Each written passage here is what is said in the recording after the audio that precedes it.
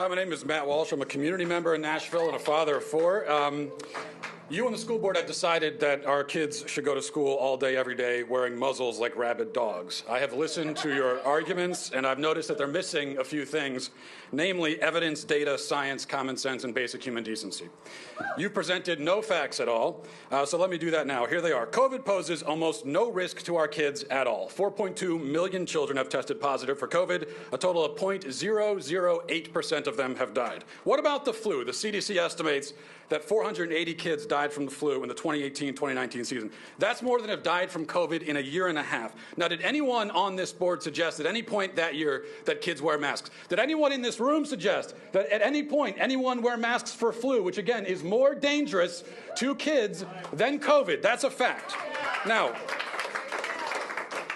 do you know what it's called when you force your children to wear masks for fear of a virus that poses almost no threat to them? It's called child abuse. You want to look up a disease, look up Munchausen by proxy, because that's what this is. If you think I'm exaggerating, then how would you respond to a parent who forced his kid to wear a football helmet every day, all day, for fear of falling coconuts and meteors?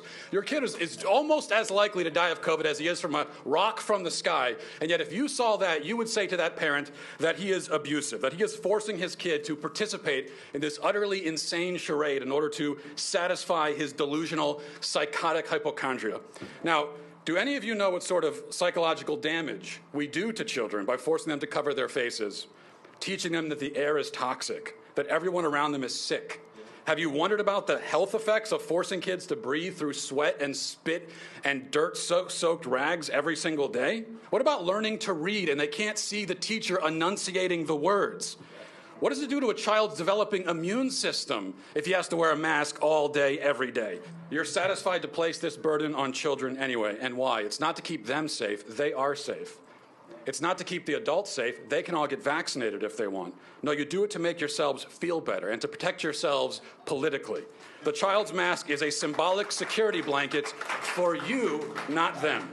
It's a disgrace, and you should all be ashamed. Thank you for your time. If you haven't already had your coffee in the morning, that was it. That will rip your face off. That was Matt Walsh of the Daily Wire. He has a podcast. He's a writer over there, and he went to his local school board in Tennessee, and he brought himself a flamethrower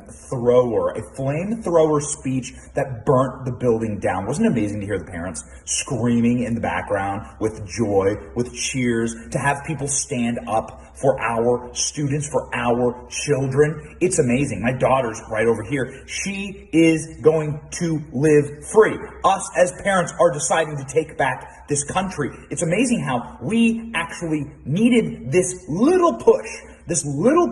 And what it was the communist left saying, well, we're coming for your children. We're coming after your children, and you no longer have any agency over your own children.